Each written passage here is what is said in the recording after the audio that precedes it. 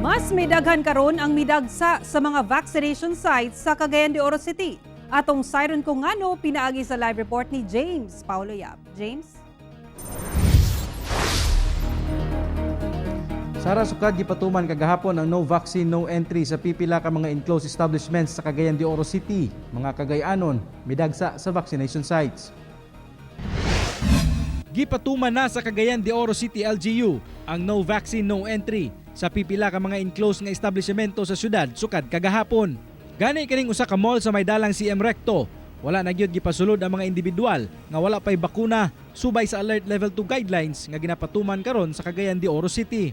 Sa kabahin sa Regulatory and Compliance Board sa Cagayan de Oro City, dakong tabang kuno kini aron daling makabot ang herd immunity sa syudad. Dako ni siya tabang sa vaccination drive sa, of course, sa gobyerno nasyonal, apil na mga lokal lugar nga gobyerno. Kay ang vaccination manggod usa kini ka major factor sa alert level system. Now, alert level 2 man ta karon, kung gusto na to mahimong alert level 1, kinahanglan mo makabot na to ang vaccination level nga at least 70%. Tungod niini, midagsa ang mga tao nga buot magpabakuna sa mga vaccination sites. Sa Kamamanan Elementary School kaganinang buntag, nagdasok na ang mga tao tungod sa kadaghan. Busa wala na nasunod ang social distancing. Nadlok sab ka nga basta no vaccine no entry na di nakakasulod. Moogid na pod ang usapon na so karon lang gyud na sa una unta to nga napatatoy oras so karon murag apiki na mo kung unsay kuha na ni. No vaccine no entry na sa mga establishmento. Oh, yan na, Jud. Wala po isa sa dahilan. Ano man, kay? Siyempre, magtrabaho ba yan, May katrabaho. Di makabiyahe.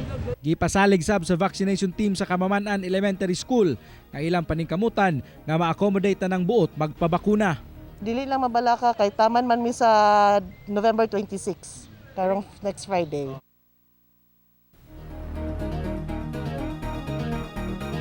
Matod sa LGU nga hinahinay lang una ang pagpatuman sa no vaccine no entry sa mga establishmento sa syudad. Apan sugod karong December 1, tanan nga mga enclosed nga establishmento sa syudad dili na magpasulod ug dili bakunado. Busa awhag nila nga magpabakuna na gilayon.